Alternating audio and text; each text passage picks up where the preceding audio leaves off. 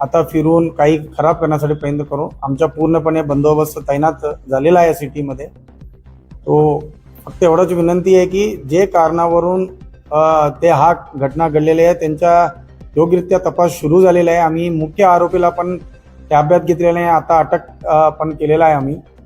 फक्त एवढंच विनंती आहे सर्वांना की जे कारणावरून जे कांड झालेला आहे, जे घटना घडलेला आहे ते आम्ही नक्की निष्पन्न करून समोर ठेवणार आहे. बट काही लोकांना ते अफवा पसरताय की आणि काही समाजमध्ये तेढ निर्माण करण्यासाठी प्रयत्न करताय, त्यांना पण आम्ही आवाहन करतो असं करू नका, नाहीतर आम्ही कायदेशीर कारवाई करणार आहे. आणि फक्त एवढंच आहे, ते नगरमध्ये शांतता अत्यंत म्हणजे बऱ्याच वर्षापासून काही इश्यूज नव्हता, तरी पण आता काही घटना घडल्यामुळे काही बदमाशी एलिमेंट्स घुसलेला आहे आणि ते असं बोलताय की ते समाजमध्ये ते तेढ निर्माण करण्यासाठी प्रयत्न करताय, फिरताय. आमच्या पेट्रोलिंगमध्ये आम्ही नक्की त्यांच्यावर कारवाई करू. तरी पण जे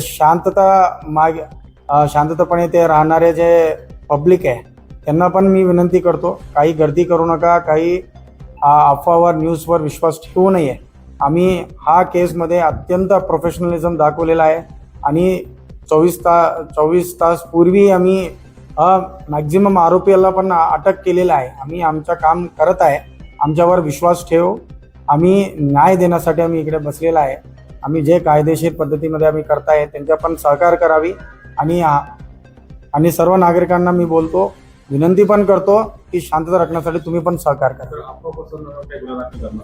नक्की करणारे जे अफवा पसरवतो आणि जे लॉ अँड ऑर्डर डिस्टर्ब करणारे लोकांवर कारवाई होणारच आहे. तरी पण मी विनंती करतो, कोणतेही मेसेजवर काही व्हॉट्सअपमध्ये बघितलेलं आहे की 15 जण होता, 20 जण होता, काही दुसरा कारण पसरत आहे, असं पण करू नका.